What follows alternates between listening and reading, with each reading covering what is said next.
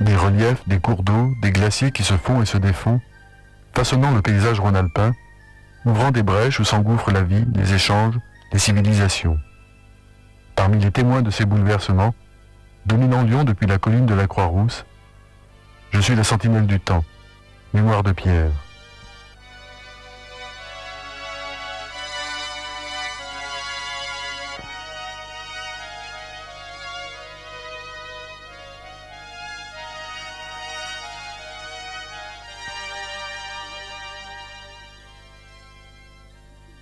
Où avez-vous emmené toutes ces lames?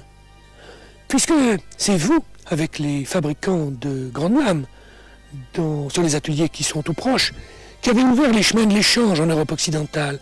Vous avez donc réalisé le premier grand réseau de troc et d'échange dont nous puissions retrouver les traces. Où êtes-vous allé? Quels sont les paysages que vous avez inventés? À quels besoins espériez-vous répondre? Ou à quel désir? Si ces objets que permettaient de fabriquer vos produits de silex, petites lames ou grandes lames là-bas, ne servaient pas uniquement aux usages domestiques, ils pouvaient avoir aussi un rôle culturel que nous n'apprécions pas facilement actuellement, mais que nous soupçonnons quelquefois.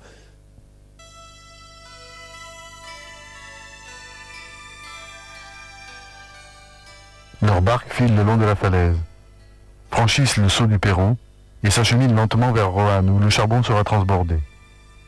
Certains glisseront jusqu'à l'estuaire pour négocier le bois des sapines. Au retour, à pied, ils feront halte dans les escarpements pour glaner quelques silex, revendus comme pierres et fusils à la manufacture de Saint-Étienne, histoire de reconstituer le petit pécule très entamé par les libations toujours de rigueur dans ce métier dangereux. Dans ce 19e siècle, on ne se préoccupe guère de donner aux premiers artisanats d'autres noms que pierre de foudre ou dents fossiles, tout au plus d'y attacher quelques superstitions. Pourtant, les savants sont au travail, recherchent dans les alluvions de la Somme, fouilles d'Aurignac, découvertes de la calotte crânienne de Néandertal, des stations lacustres en Suisse, de pierres taillées à Saint-Acheul dans des graviers contenant des restes de rhinocéros. On est déjà loin de l'attribution au géant Totobocus des ossements d'éléphants découverts dans le Dauphiné en 1613, loin du décret du Parlement de Paris menaçant de mort quiconque émettrait des opinions contraires à celles des auteurs anciens, loin du verger d'Adam et Ève.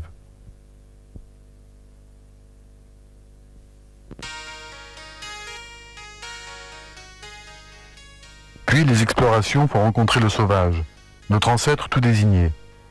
Il restait à vérifier en terre civilisée les traces de son passage, à condition bien sûr que l'homme moderne, dévastateur et bâtisseur, s'en donne le loisir.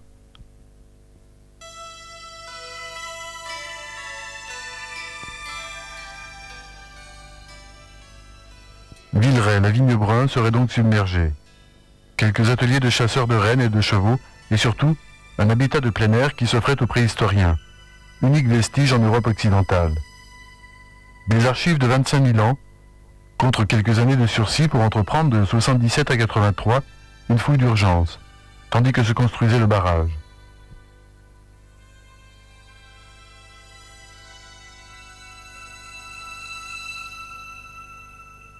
La recherche et les grands travaux ont su là esquisser leur première collaboration. Aujourd'hui, comme autrefois les mariniers, l'on peut, aux basses eaux, redécouvrir l'ensemble des sites paléolithiques du Saut du Perron et l'outillage que la Loire n'a pas encore totalement emporté. Nous avons la maquette représentant deux huttes de ce gisement gravétien de la vigne brun dans la vallée de la Loire. À l'intérieur d'une des huttes, on peut remarquer un foyer d'environ 80 cm de diamètre délimité par des galets et des blocs. Ce foyer a été moulé et vous en avez ici le moulage, donc c'est l'aspect réel de l'objet qui a d'ailleurs été enlevé sur le site qui n'a pas été fouillé et que nous gardons en laboratoire pour être étudié plus tard. Je vais aussi vous montrer quelques objets de silex correspondant à cette période gravétienne. Ici, nous avons des objets qui vraisemblablement étaient utilisés comme pièces mises en bout d'une flèche pour chasser.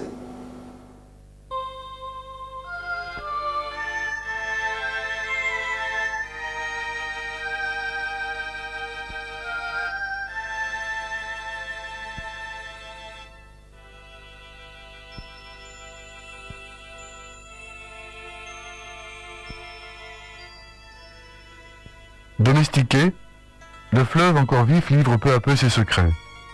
L'aménagement des rives autour de Sobrona, grâce à des délais et à une aide technique et financière accordée par la Compagnie nationale du Rhône, permet de fouiller à Chambou un village d'agriculteurs du néolithique, spécialisé dans la taille du silex.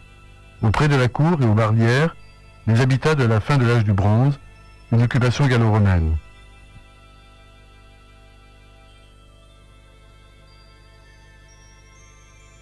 Une modification du tracé sauve la butte Saint-Léger et toute une friche qui reste à explorer.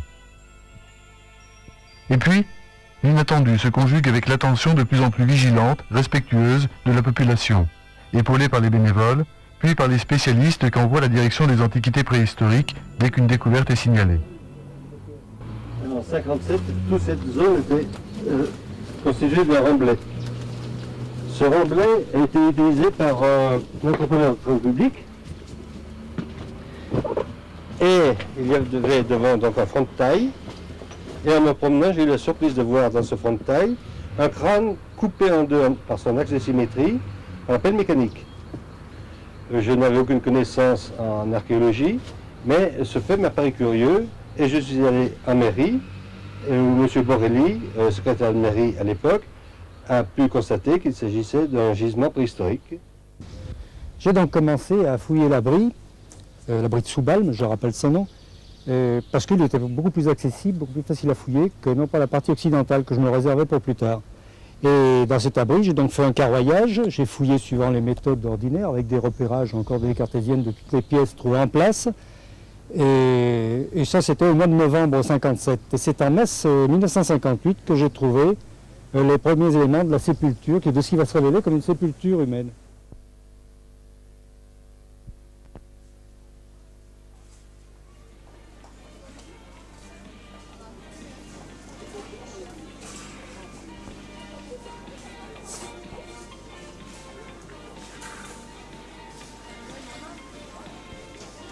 La vigne recouvre encore des vestiges, ballottés au gré du soc de la charrue. L'urgence, c'était le supermarché voisin. Là encore, interruption des travaux, rencontre en 1984 des aménageurs et des archéologues, fouille d'urgence sur 3000 m². Élément d'un programme d'archéologie spatiale sur la rive droite du Rhône. 165 fosses, pour dire la permanence des activités humaines. Il y a 6000 ans, les populations se fixent, des villages apparaissent, la poterie se généralise.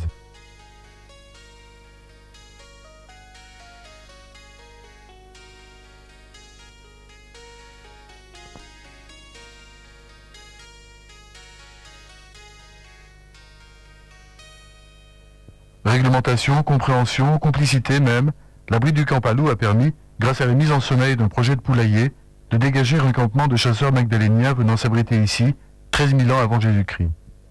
En 69, quoi, Jacques Brochier, qui était en faculté à Grenoble, s'était aperçu que j'avais fait un nettoyage autour de cette roche-là et un jour il s'est arrêté, il m'a demandé si je pouvais lui donner l'autorisation de faire des fouilles, puisque mais avec moi et mes enfants, nous avions découvert des ossements de chevaux sauvages et on les avait stockés le long de cette roche-là.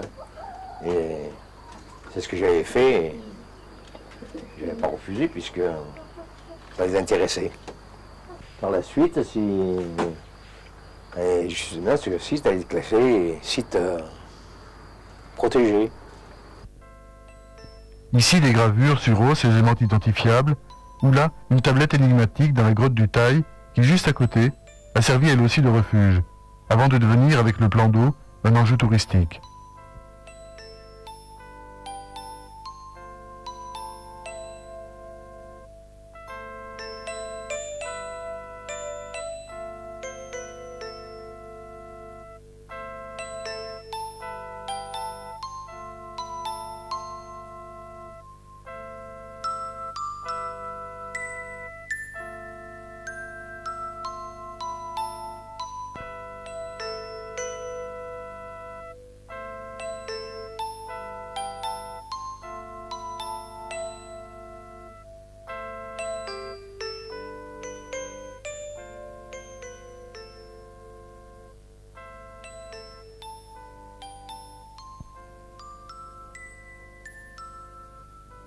Le site de Soyons, sur la rive droite du Rhône, est connu depuis le milieu du XIXe siècle, particulièrement la grotte Néron, abri des hommes de Néandertal.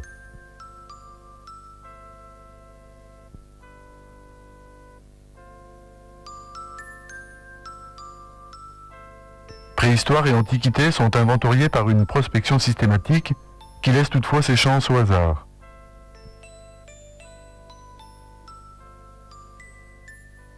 Lorsque j'ai voulu sortir de la terre de mon militaire, qui était prévu pour en faire une cave, dans les déblais qui étaient à côté de mon pilier, j'ai sorti quelques morceaux qui ressemblaient.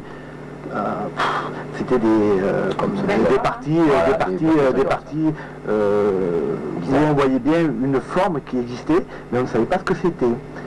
Et de là, on a appelé à notre collègue Gérard pour voir ce qui pouvait être fait avec ça.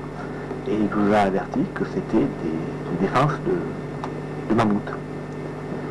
Et c'est là qu'on a envisagé, il m'a posé des questions, c'est qu'on avait posé la terre et tout, et on a envisagé de fouiller, plus, de faire quelque chose de plus approfondi, c'est-à-dire. Et puis, voilà, on a trouvé en premier des mâchoires, la tête tout entière. Mais au niveau des élus, bon, ils ont pris conscience qu'à Soyons, à partir de tout ça, il pouvait se passer autre chose. En fait, on pourrait dire que la richesse du passé de Soyons peut permettre d'une certaine façon à prévoir l'avenir. Ça peut apporter quelque chose au niveau de la commune, c'est certain.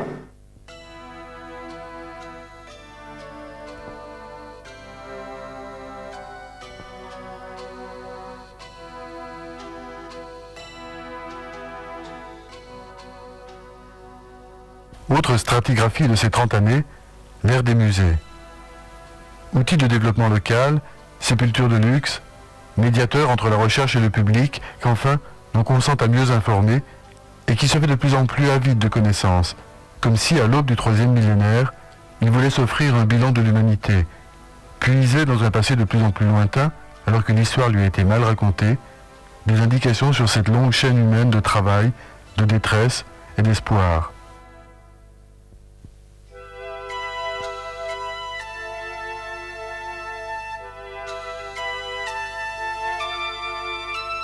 Les paysages de Rhône-Alpes se sont offerts à l'homme, qui frayait son passage dans le sillon du fleuve, se cachait, s'abritait dans les escarpements, commerçait par les cols, contemplait les aurores et les méandres, trouvant peut-être l'adéquation entre le beau et le sacré.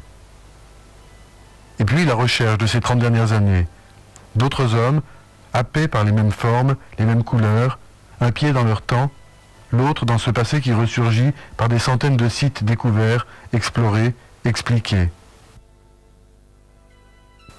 L'Ardèche résume à elle seule l'intérêt du passant, la valorisation, les étapes de l'humanité, la complémentarité du chercheur amateur et du professionnel, l'alternance de la grotte et du plein air, les risques de dégradation par les assauts saisonniers et, là encore, les fouilles d'urgence et les sauvetages miraculeux. C'est au début de l'année 1963, début du mois de mars, que j'ai eu la chance de découvrir cette cavité en compagnie de l'un de mes amis avec qui je pratiquais la spéléologie. Nous sommes venus explorer la cavité le soir, après une journée de travail, et là nous avons découvert les peintures. Le plus dur restait à faire, puisque tous les ponts rocheux devaient être dynamités pour les travaux, et dans la nuit, nous avons pu, grâce à la collaboration de tous les services administratifs préfectoraux, nationaux, de la direction des antiquités préhistoriques, faire arrêter ces travaux, ce qui a permis de sauver cet inestimable trésor.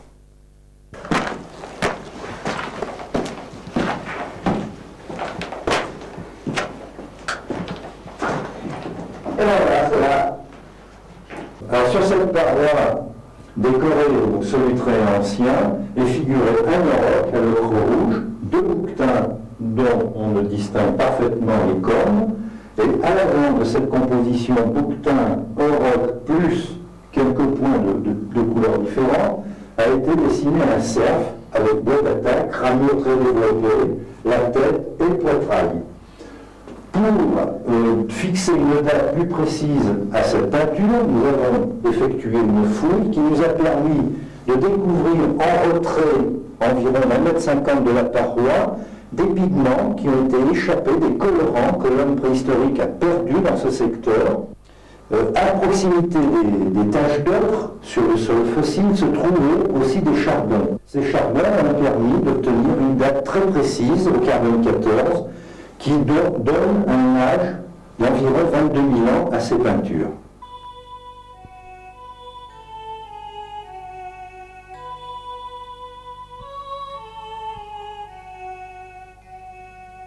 Chronologie. Les musées offrent aussi de remettre les époques à leur place. Pas facile l'acrobatie avec l'acheléen, le moustérien, néandertal, Cro-Magnon, l'épipaléolithique, le mésolithique. Qui séjourne? Qui commerce avec qui?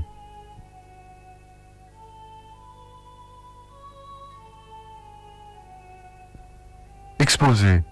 Proposer une interprétation, mettre en relation des objets pour leur rendre leur signification, puis quand le site est menacé d'une fréquentation trop importante, de reconstituer fidèlement, scrupuleusement.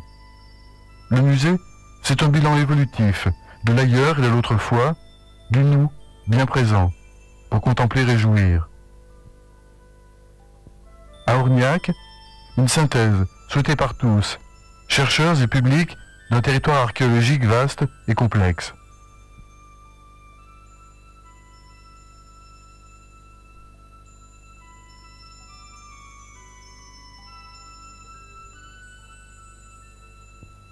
La nuit des civilisations et les questions d'aujourd'hui. L'offrande, faite du fond des âges, par des hommes qui nous tendent ici un outil, une arme, là une statuette, un bijou, là encore quelques cendres. Et tout à coup, jaillit de cette tombe, de ce tumulus, leur corps même, comme s'ils en faisaient don à la science.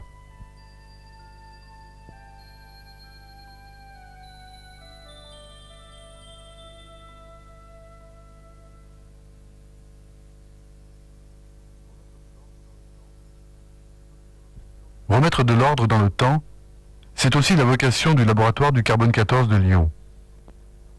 Tous les organismes vivants contiennent de petites quantités de carbone 14 provenant des rayons cosmiques.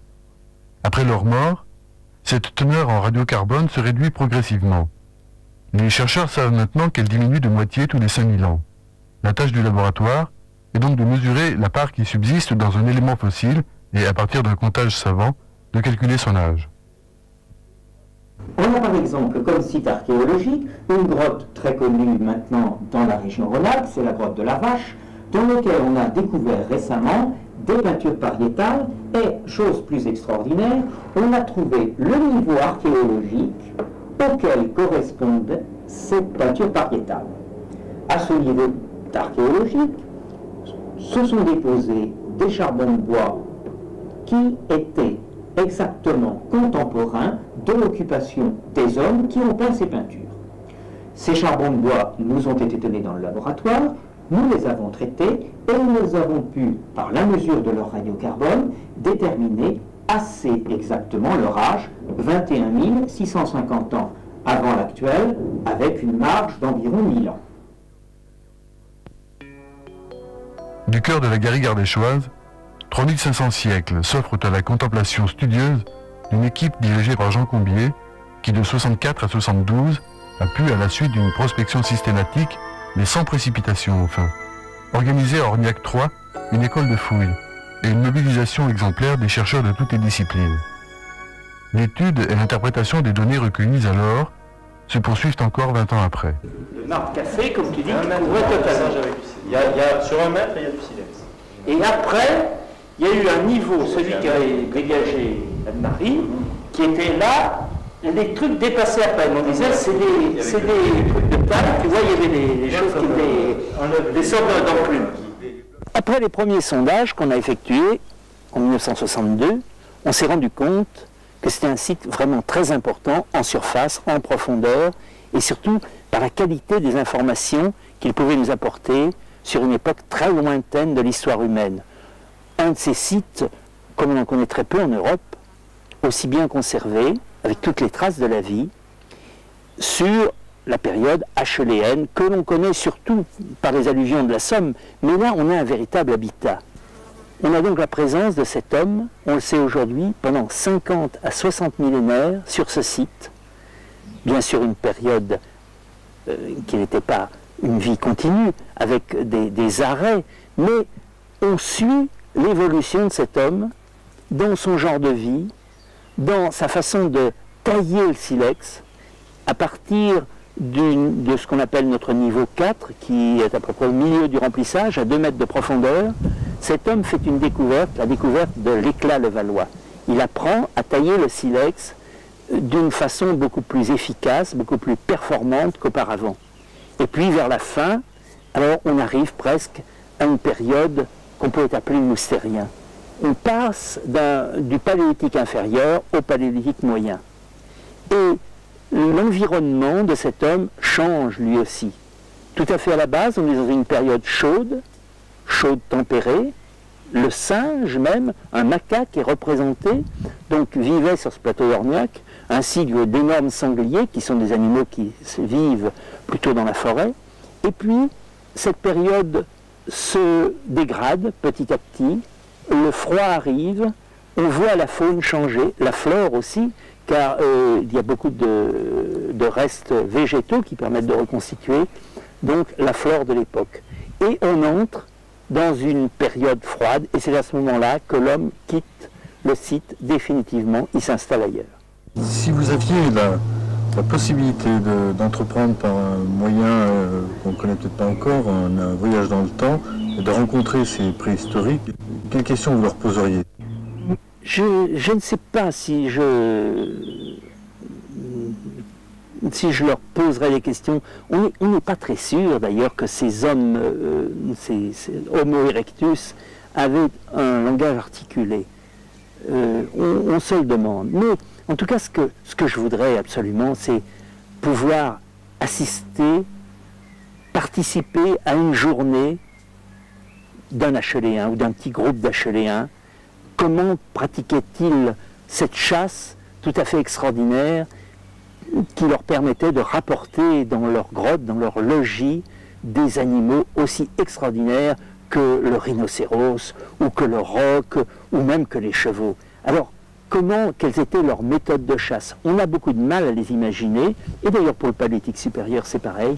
On ne sait pas comment l'homme pouvait abattre, faire ces véritables carnages de chevaux que l'on retrouve accumulés au pied de la roche de Solutré. Il y a un petit déphasage entre ce que nous donnent les fouilles, c'est-à-dire ces témoins matériels de la vie, et puis tout le reste.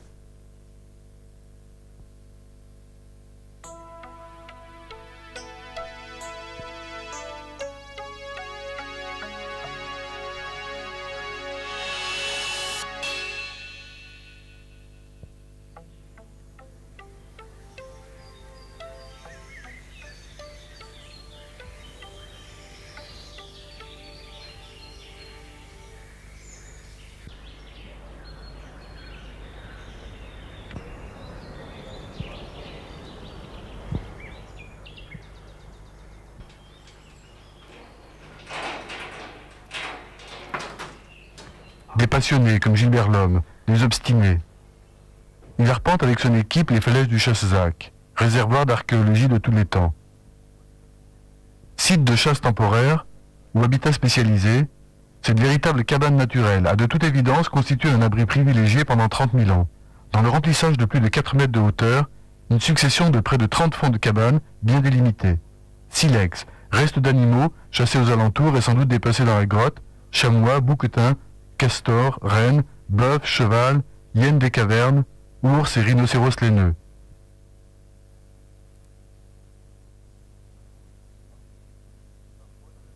La fouille, en équipe, parfois la rêverie solitaire, les interprétations, l'hypothèse d'une rencontre. Je crois, vous savez, il y a d'abord un moyen de communication qui est international, c'est d'abord les gestes. Par geste, on peut arriver à se comprendre, au moins pour satisfaire des besoins immédiats, que ce soit la nourriture, que ce soit manifester l'agressivité. Un loup va montrer ses dents, mais les hommes font la même chose. Mais ce sourire également, c'est une façon de communiquer. Donc peut-être que si je voulais en savoir un peu plus sur cette tribu de Néandertaliens, j'essaierais de leur sourire et peut-être, qui sait, pour qu'ils comprennent que je fais partie de la même espèce, que je suis un homme comme eux, je leur montrerai que je sais faire une pointe moustérienne, puisque c'est un des outils caractéristiques, entre autres, des hommes de Néandertal, ou j'offrirai un bouquet de fleurs, que sais-je, à une jeune fille.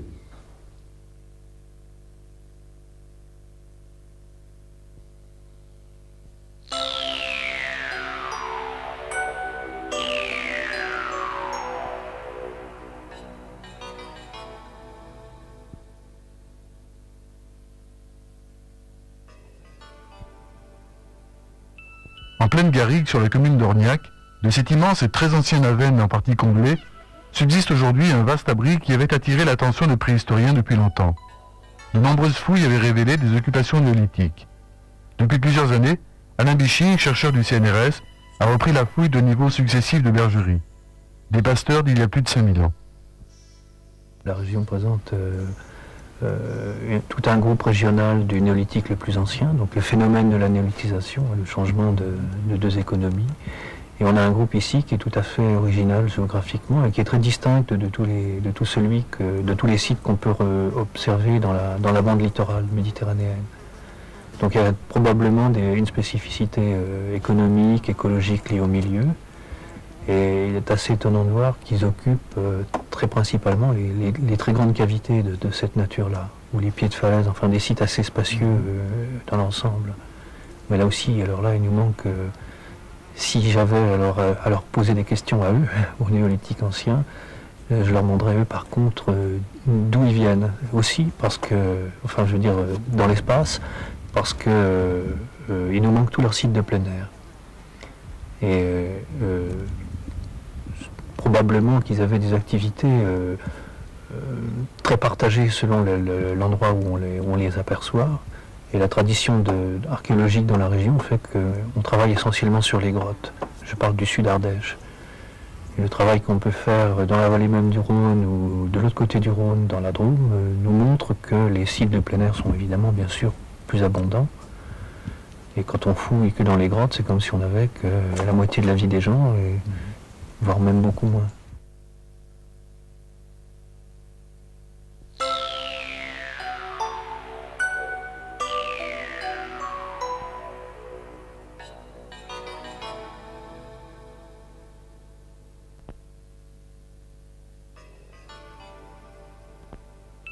Peut-être un début de réponse à Alain Biching, sur le plateau voisin.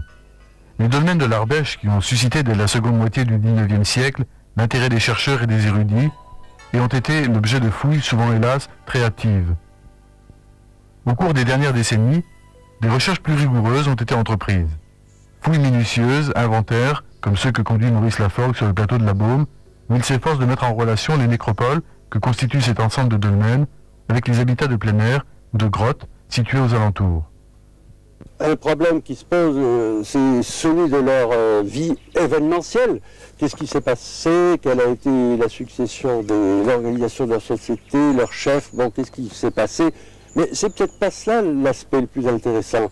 L'aspect le plus intéressant, c'est à mon avis, ce serait plutôt leur croyance. Leur demander quelle était leur croyance religieuse, l'idée qu'ils avaient du temps et de la vie future en particulier.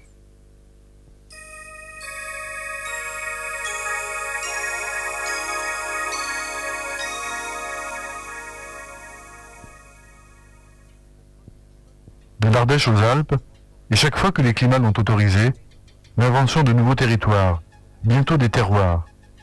Dans le cirque de Choranche, aux alentours de la grotte aménagée pour les touristes, au pied des formidables falaises qui dominent les gorges de la Bourne, les fouilles ont été conduites depuis 1977 par Pierre Bintz, universitaire grenoblois. Peu à peu, les chasseurs nomades sont remplacés par les éleveurs et producteurs sédentaires. Les premières occupations les plus anciennes qui datent du Mésolithique ont laissé des outils en silex qui sont caractéristiques par leur petite taille et par leur aspect géométrique. Ce sont des gens dont l'activité essentielle était la chasse à des gros animaux. D'autres outils qui ont été trouvés sont toujours fabriqués selon le même principe, des petits silex microlithiques qui sont emmanchés dans des rampes en bois et permettent là aussi de fabriquer des flèches barbelées extrêmement efficaces et redoutables. Ici vous avez un outil reconstitué qui est une faucille armée avec des lamelles en silex et qui servait probablement à couper les graminées, voire les céréales. Et ce sont des outils fabriqués par les premiers néolithiques qui ont également laissé ce broyeur qui servait probablement à écraser la graine. Alors, au Mésolithique, je leur demanderais si vraiment, quel type de vie ils ont mené, si vraiment ils ont mené la vie misérable et de reclus que l'on aime à décrire généralement. Je pense pour ma part que ce n'est pas le cas, que c'était des gens qui mettaient en œuvre des techniques extrêmement sophistiquées et d'avant-garde, alors que habituellement on considère les Mésolithiques comme les derniers représentants un peu misérables des chasseurs du Paléolithique.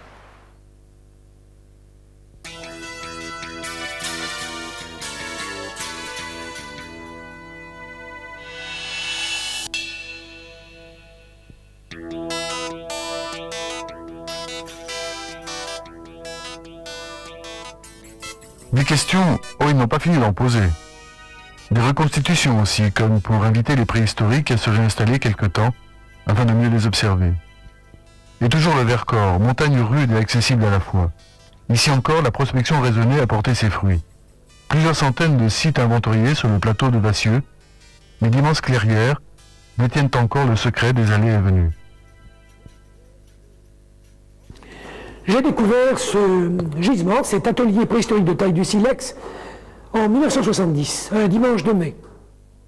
Des milliers de grandes lames que ces gens-là, maîtres artisans mais aussi colporteurs, ont apporté sur les chemins de l'échange.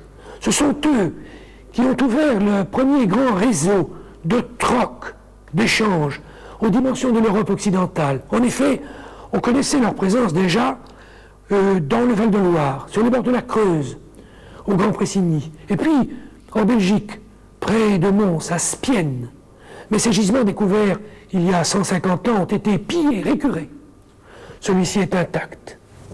En 1970, la découverte. En 1971, la fouille, limitée par ce cadre noir, 4 mètres carrés. Nous sommes allés jusqu'au la partie inférieure de ce gisement. Nous avons recueilli 43 000 objets, dont 1800 en coordonnées cartésiennes. Puis en 1973, c'est le seul décapage de la surface de l'atelier pour pouvoir le présenter, comme c'est le cas aujourd'hui, au public.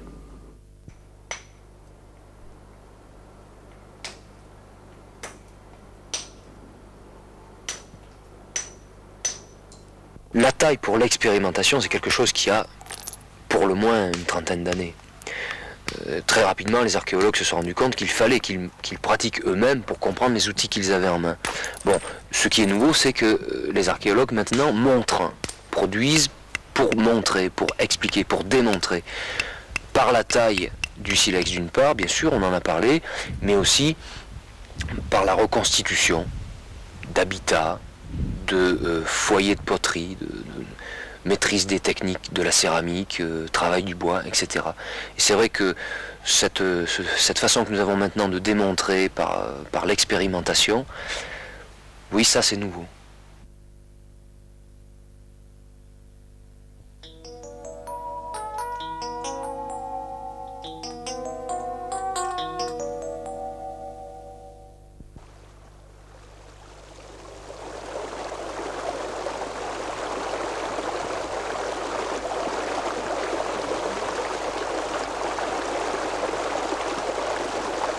Près d'Arbigny, à 10 km de Belay, dans un paysage de ruisseaux, de cascades de tufs, Robert Villain a consacré plus de 10 ans à la fouille de 2 sites séparés seulement de quelques centaines de mètres, s'efforçant de déterminer s'ils ont été utilisés aux mêmes époques et pour des usages similaires.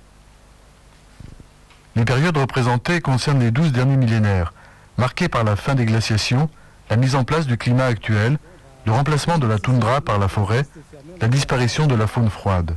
Mais plus que les grands bouleversements dont on retrouve 1000 traces, l'incessante question de la vie quotidienne. Le dentiste lundi, c'est fini, mais comment il faisait? Et je présume que ça devait être une société extrêmement organisée, qui devait avoir vraisemblablement des tas de moyens qu'on a complètement perdus. Enfin, on a perdu ces dernières années. Il y avait encore parmi les paysans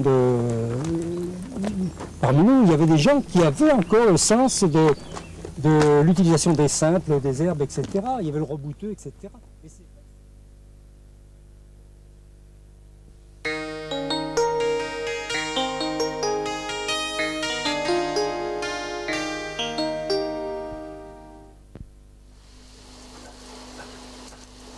La grotte du Gardon avait été repérée par des spéléologues et une première fouille réalisée en 1968. Depuis plusieurs années, un grand chantier a été ouvert sous la direction de Jean-Louis Voruse, universitaire genevois, qui s'est spécialisé dans des recherches sur le néolithique et l'âge du bronze entre Lyon et la Suisse. La fouille, financée à la fois par l'Université de Genève, le ministère de la Culture et le département de l'Ain, regroupe des étudiants des deux pays. Le but général, c'est d'étudier la chronologie des 6e au 1er millénaire, donc tout ce qui se passe entre 6000 et 1000 avant Jésus-Christ, et cette chronologie était tout à fait mal connue dans la région, aussi bien pour le néolithique, grosso modo de 5500 à 2300, que pour l'âge du bronze. Et cette grotte a une qualité assez rare, c'est que la stratigraphie de ces périodes très récentes pour la préhistoire est très bien développée. À la rencontre des âges, mais parallèlement à la fouille en profondeur, une prospection de l'ensemble du Bugey, région escarpée, également proche de la vallée du Rhône et de la barre des Alpes. La trame est la chaîne des économies et des aventures.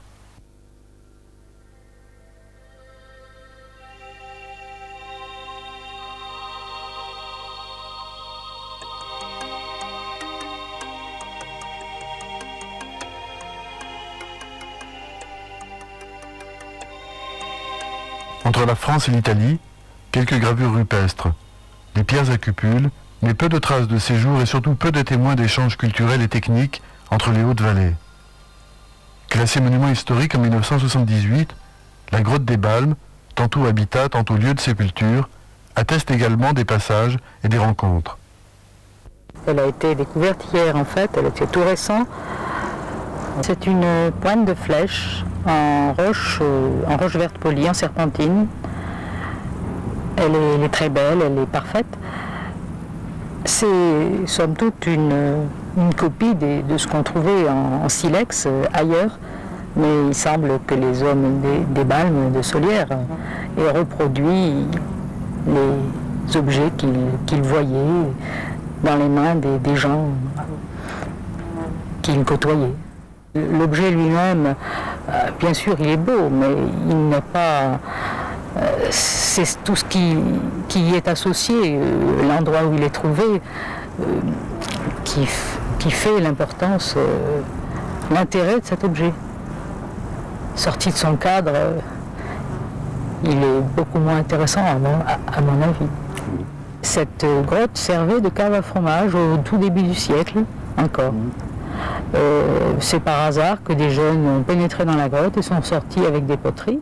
C'est un peu difficile d'estimer le nombre qui pouvait fréquenter cette grotte, mais on peut aussi supposer qu'ils ne vivaient pas, qu'ils avaient un campement à l'extérieur, puisque nous sommes là sur un petit plateau qui était tout à fait propice à une occupation à cette époque. Donc dans des cabanes ou dans des tentes?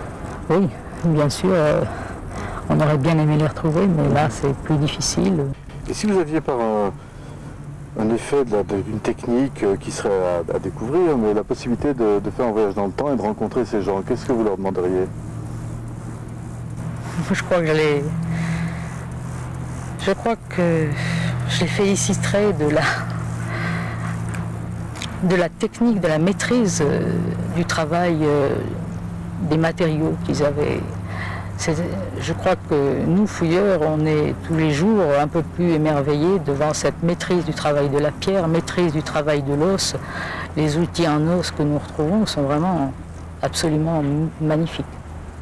Vous feriez le voyage, même avec le risque de ne pas revenir, si la machine se détraque? Pourquoi pas?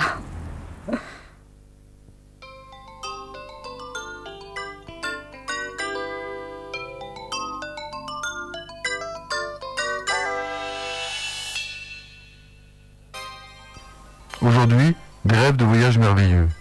Hier, après l'incertitude de l'errance, à l'abri des barres rocheuses du pas de l'étang, dans un paysage à l'époque décapé par les potiers en quête de bois et par les chèvres, il semble vouloir se fixer, s'isoler pour un temps, entre 1400 et 900 avant Jésus-Christ.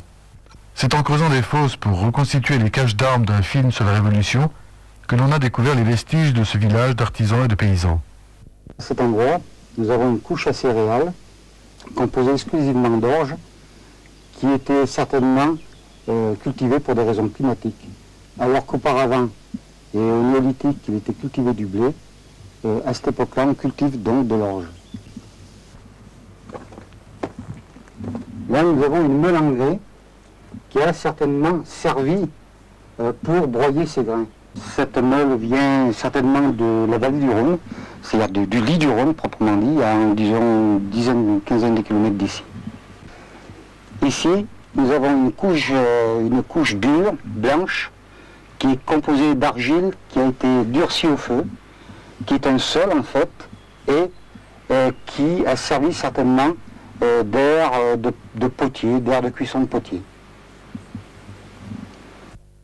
L'intérêt de ce site, c'est que nous avons en place un village.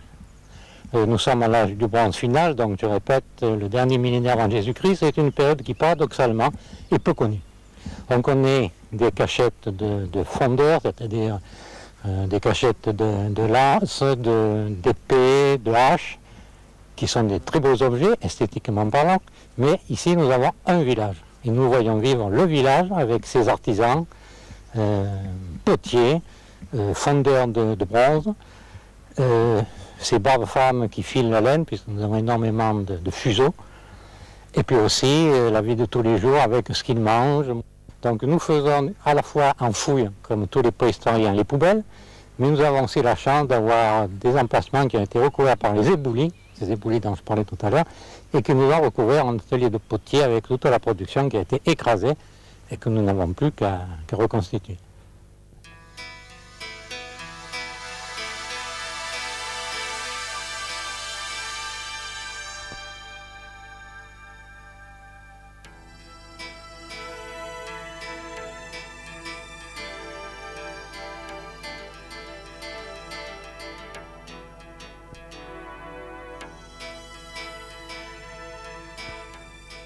Sans doute pêcheur solitaire ne rêves-tu que de la prise du siècle. Pourtant la paix du fleuve laisse la bride à l'imagination. Qui a perdu l'épée de la Saône? Qu'une drague est ressortie du limon, comme avant-elle de nombreux témoins, au cours des aménagements effectués pour faire passer les bateaux à vapeur. Un guerrier de l'âge du bronze, tué au passage d'un gué, un colporteur dont la charge aurait été emportée par le courant. L'un et l'autre, en tout cas, savaient la qualité et le fini des armes de l'époque. Cette épée a été trouvée dans la vallée de la Saône, entre Mâcon et Lyon, au lieu dit la Grange au Diable, grâce à l'analyse métallographique et grâce aussi à la radiographie. On sait que l'alliage utilisé pour la lame était un alliage très dur, avec un petit peu plus d'étain que l'alliage utilisé pour couler la poignée.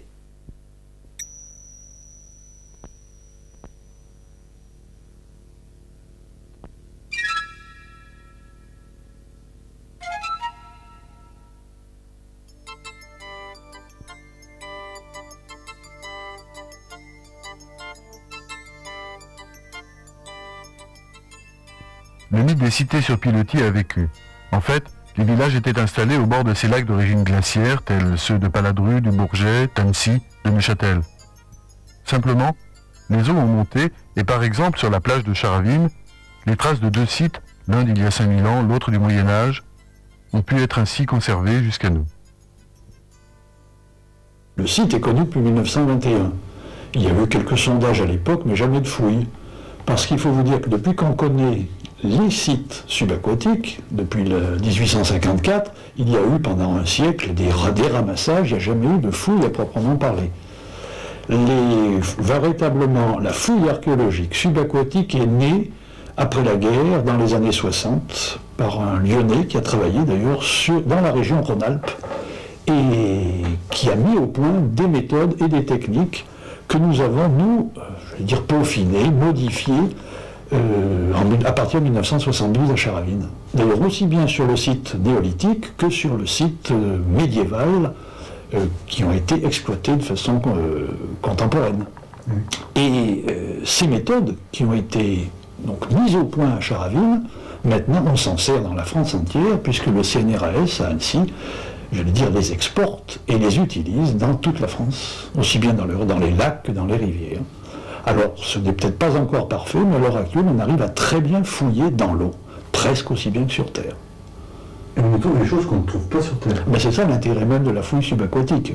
Si ce n'était pas plus intéressant que la fouille terrestre, il n'y aurait aucune raison que l'on cherche les complications. Simplement, pour prendre un exemple, dans les sites terrestres, vous allez trouver ce type de pierre polie. Si vous avez de la chance, vous allez trouver la gaine en bois de serre qui va avec. Bon, pourquoi la fouille subaquatique est intéressante, c'est qu'on va trouver le manche de hache. Le manche de hache, et on a à ce moment-là l'objet complet tel qu'il servait au néolithique. On trouve aussi tous les outils en bois qui, bien entendu, ont disparu sur Terre. Vous avez des cuillères, des choses comme ça. Un autre exemple, vous avez ici une lame de silex. On trouve le silex dans les sites terrestres, sans aucun problème. Dans l'eau, le manche est conservé et l'enroulement d'osier de chaque côté. Entre la fouille et l'interprétation, l'étude des objets, leur présentation au public, une longue chaîne de compétences qui passe ici au CENG de Grenoble par leur conservation avec des moyens variés. Pulvérisation en polyéthylène glycol, lyophilisation, introduction de résine polymérisée sous l'effet du rayonnement gamma.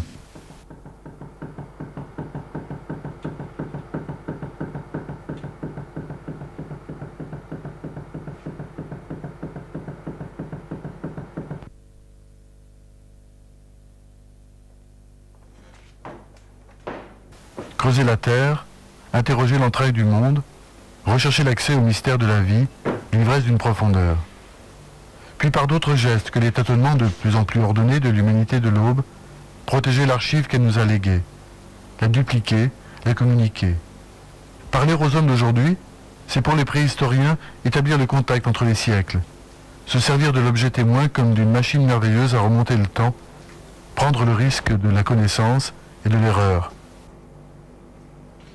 Moi, mon rêve, à la limite, c'est peut-être pas de communiquer avec eux, parce qu'il faudrait parler leur même langage, ce serait peut-être pas tellement facile, mais ce serait tout simplement de vivre avec eux un certain temps, et c'est une préoccupation humaine, d'abord, de curiosité, mais surtout pour voir si ce qu'on imagine, nous, en fonction de ce qu'on trouve, ça colle avec la réalité.